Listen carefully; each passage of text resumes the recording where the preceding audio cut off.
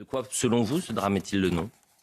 Écoutez, je pense que le ministre déjà a tout dit, mais c'est un constat qu'on a fait depuis très très longtemps. Et comme vous venez de le dire, ce qu'on vit là, on le vit depuis très très longtemps. La seule différence, comme je le me répète, c'est qu'avant c'était que dans certains quartiers, maintenant c'est partout en France tout simplement. Et ce qui est triste, c'est qu'avant un policier qui soit en service ou hors service était une cible, et là on se rend compte qu'aujourd'hui une personne investie d'une mission de service public devient elle aussi une cible, qu'elle soit en service ou hors service.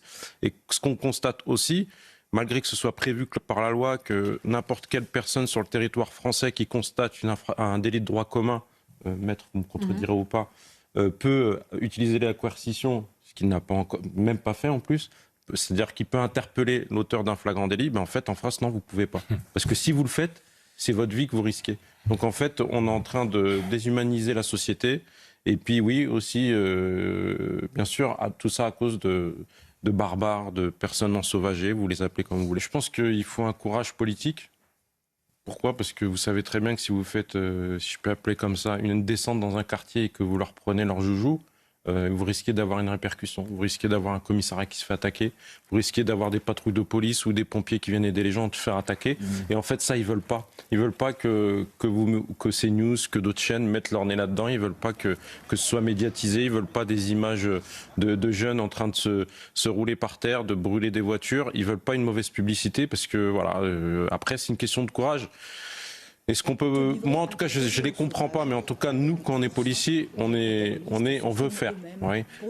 Aujourd'hui, les opérations, quand vous faites des opérations pour lutter contre le rodéo, les fameuses saisies, vous allez dans les parkings, vous avez des réquisitions, vous allez dans les HLM, dans les parkings souterrains, vous prenez 3 numéros de plaque, vous prenez, hop, c'est bon, les chiffres sont faits, on pourra envoyer ça à tel ou tel préfet, tout le monde sera content. C'est comme ça que ça se passe. Par contre, si jamais vous êtes en patrouille moto, et on l'a vu, ce qui se passe avec cette affaire de Drancy.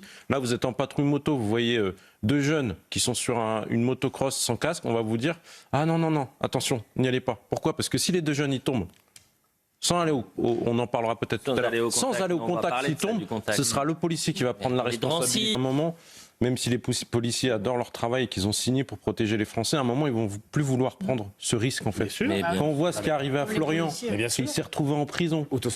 Ça choque les gens que le collègue, il est tiré, mais en fait, ils n'étaient pas à leur place. Moi, j'étais pas à leur place. Vous voyez ce que c'est sur l'affaire. C'est celui qui a fait usage de son arme de service. Voilà, et en fait, à un moment, on ne voudra plus y aller. Évidemment. Parce que moi, je ne suis pas rentré dans la police pour...